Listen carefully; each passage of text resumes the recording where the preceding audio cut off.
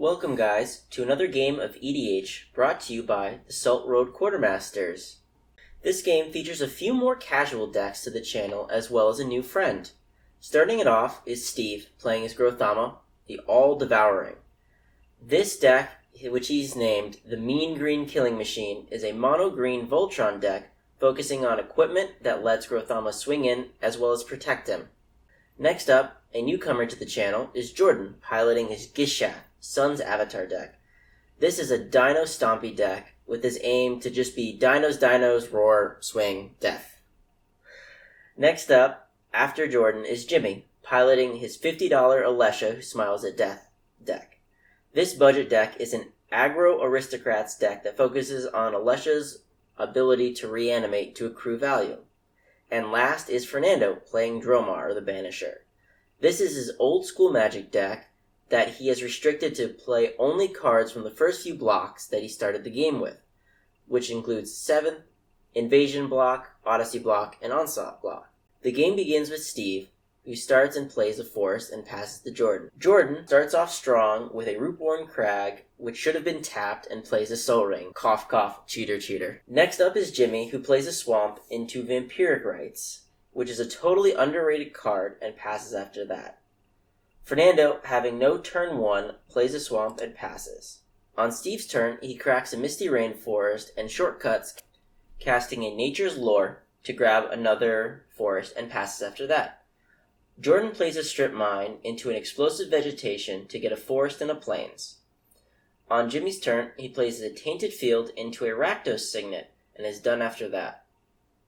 Fernando plays a plains and celebrates finding one of the few ramp pieces in his deck and plays a Charcoal Diamond, passing it to Steve. Steve plays a forest and plays Goreclaw, Terror of Qual Simsma. On Jordan's turn, he starts off with a Grothama's Reach to get a forest for the field and plays a plains from his hand, and then into a Marauding Raptor. Jimmy has a quick turn by playing a mountain and his commander Alesha, and then passes. On Fernando's turn, he taps a Swamp and then bounces it to his hand to play a Dromar's Cavern. He then plays Think Tank, the original version of Search for Azcanta. On Steve's turn, he plays a forest and swings Claw at Jordan for 4, and follows it up with a Reclamation Sage, destroying his Soul Ring, in hopes that Gishath doesn't come down next turn. On Jordan's turn, he terrifies the table when he plays a Mirari's Wake and passes it to Jimmy. Jimmy plays a Corpse Knight and then passes after that. Fernando puts a Plains to the grave due to Think Tank, and then plays a Polluted Delta searching for an island.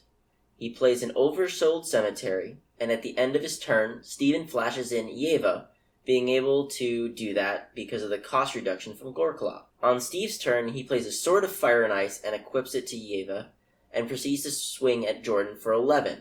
He connects and draws off the sword and deals 2 damage to Corpse Knight, which Jimmy sacks to Vampiric Rites instead, to draw a card and gain a life.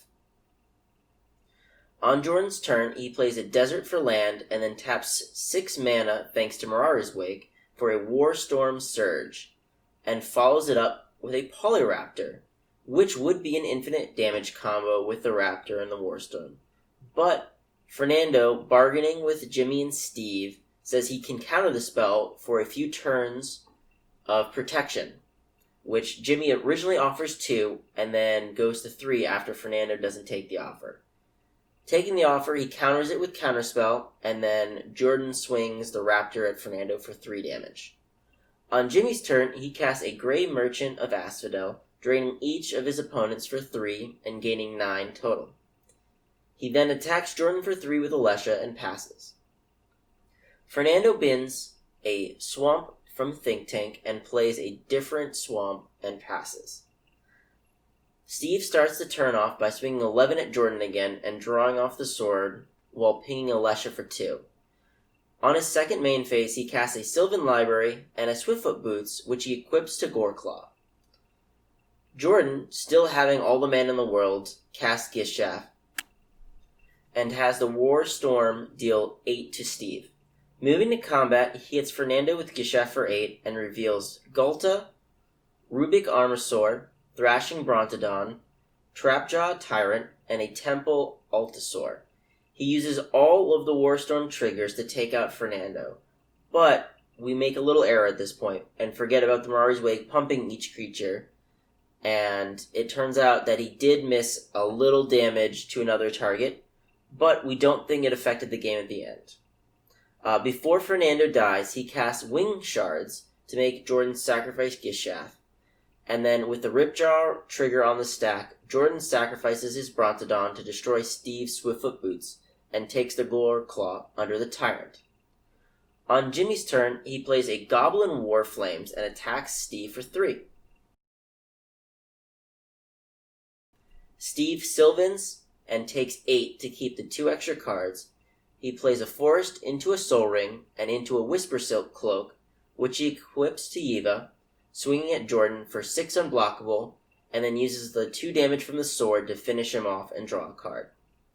He gets Goreclaw back, and at the end of turn, Jimmy casts Generous Gifts, destroying Steve's Sword of Fire and Ice, and he gets a 3/3 Elephant. On Jimmy's turn, he casts an Orzhov Signet, and in an act of desperation, sacks the Gary to Vampiric Rites to gain life and draw a card.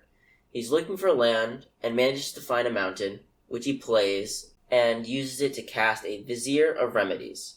On Steve's turn, he Sylvans again, but takes no extra cards. He plays a Forest for land, and a Sword of Feast and Famine, equipping it to the beast. Steve then swings at Jimmy, who blocks Goreclaw, and takes 11 from the unblocked creatures, plus discards a card due to the sword.